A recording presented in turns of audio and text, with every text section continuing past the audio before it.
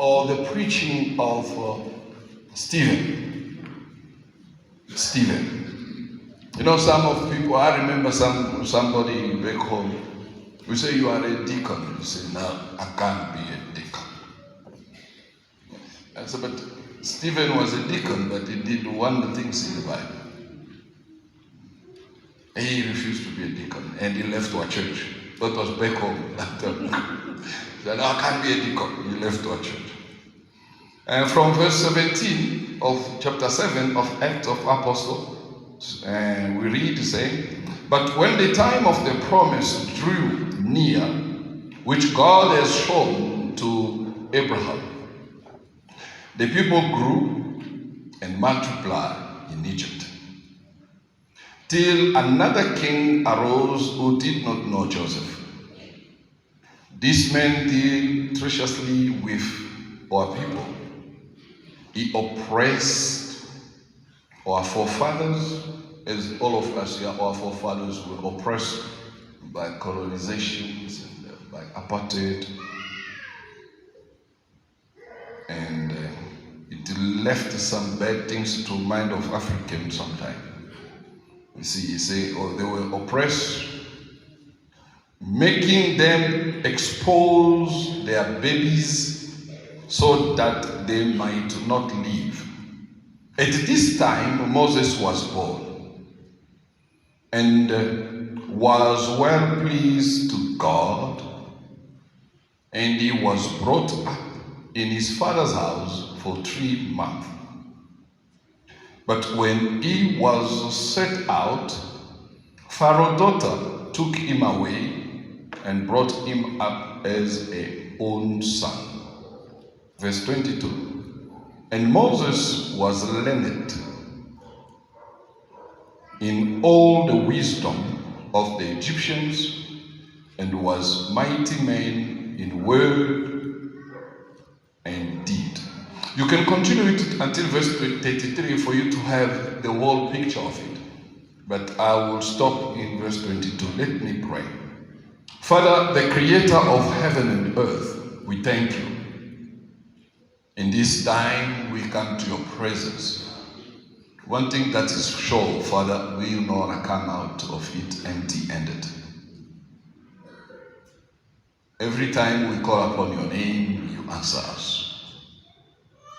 Jesus said before Lazarus, I know you always answer me, but aside for the people that stood beside.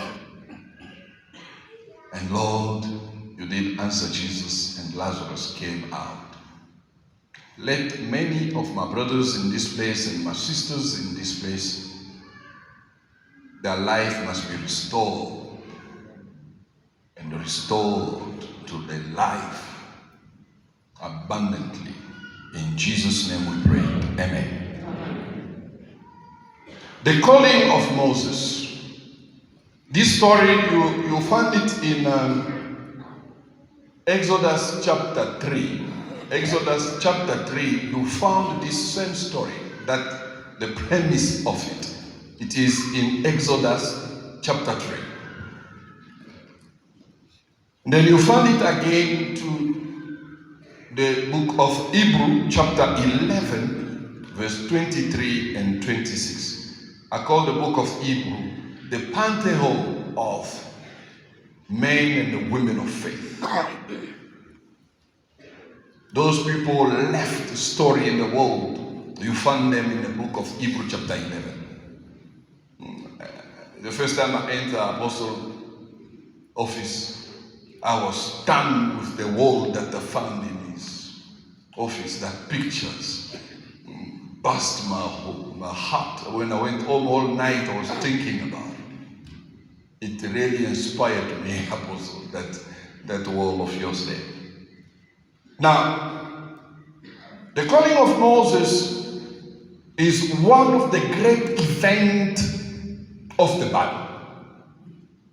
There is the creation of man, there is the fall of man, there is Enoch, who was raptured. He did not see death. There is the flood with Noah, Abraham calling.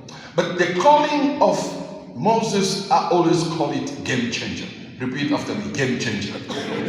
I am a game changer.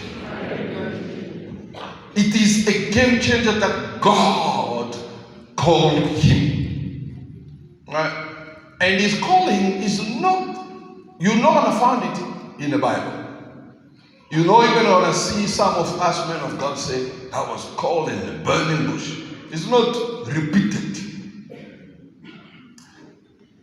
I always tell people, do not copy anybody. Admire the person.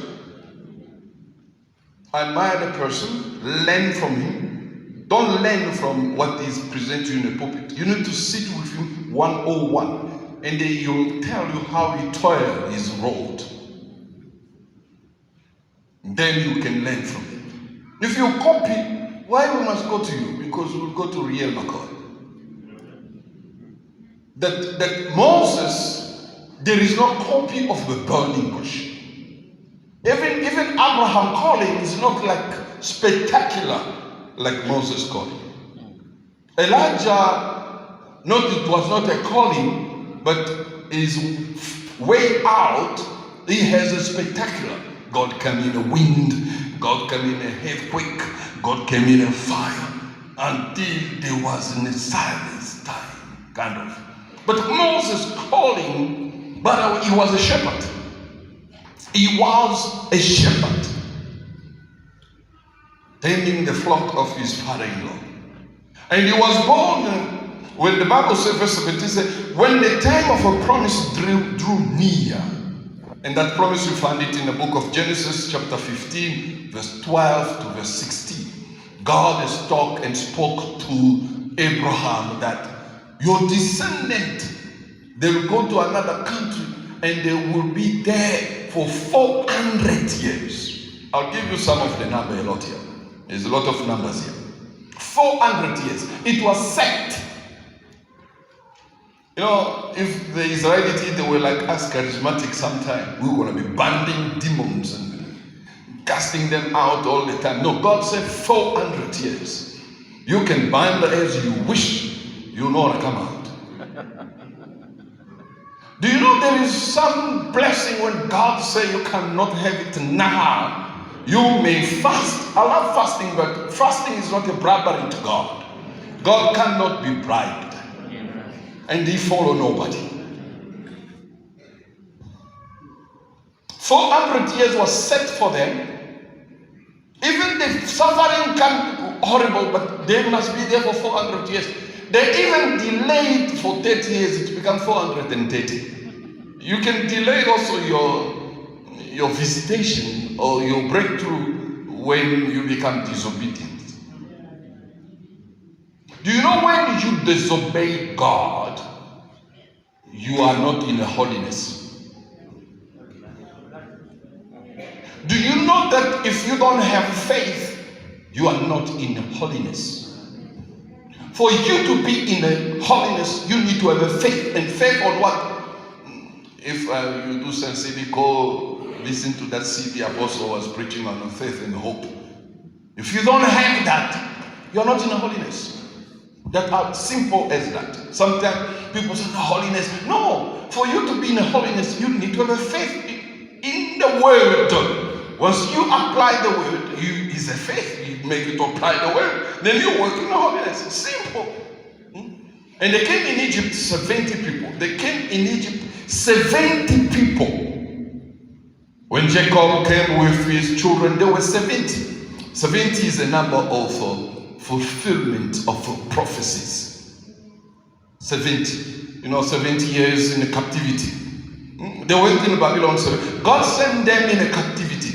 God sent them in Egypt for 400 years. God sent them also in the Babylon for 70 years. There was a lot of false prophets in the time of the book of Jeremiah. I just want to give you some news there.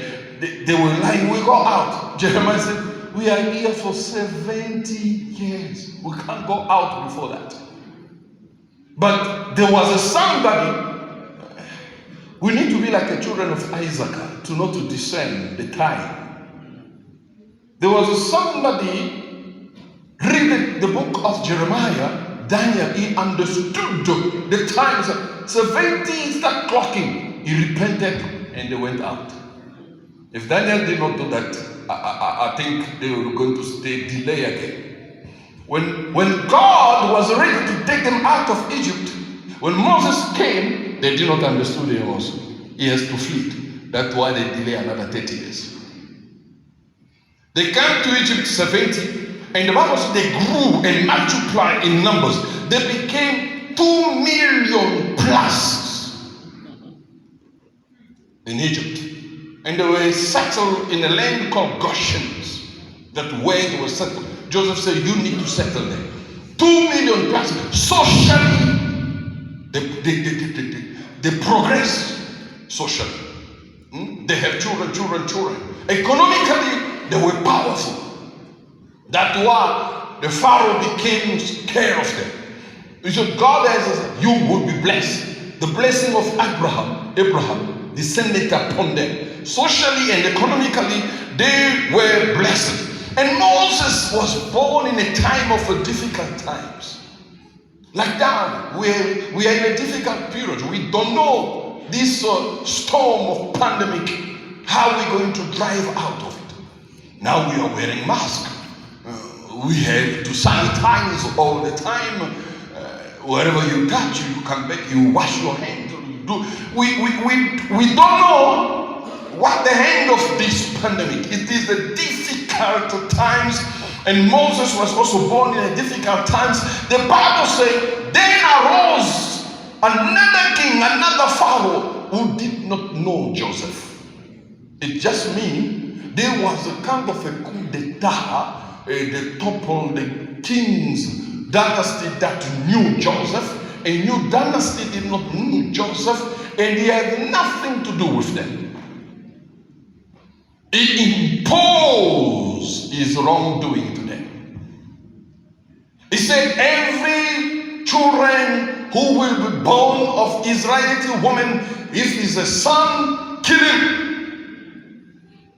Do you know, many kids were killed. You know, to destroy a descendant or a generation, kill the boy. There's not going to be a prosperity anymore. The genealogy, if you are a Kumalo, once they destroy you, they're not going to be the next Kumalo. Women go to make another line of another people. Your male children, they are making your line. If you don't have a male children, your line cut off there. When you die, it finished there. Your daughters, they go make for another people. There will be the Tambwes, the Malabas, for another people. Not for Kuma. You know that? You know that? Oh, thank you. And then Pharaoh said the kid must be killed, all the men. Because they are economically strong, they are powerful. We need to kill them. The midwife, some of them, not all of them, refused to obey the king's order. They said, no. Israeli women are so powerful. Before we arrive, they already given birth. And the Bible says, God blessed them. I don't know if there is a nurse or doctor among us, if you always do this abortion. You know, the Constitution says, yeah, do it. Yeah, but the Constitution also says you have a freedom of religion.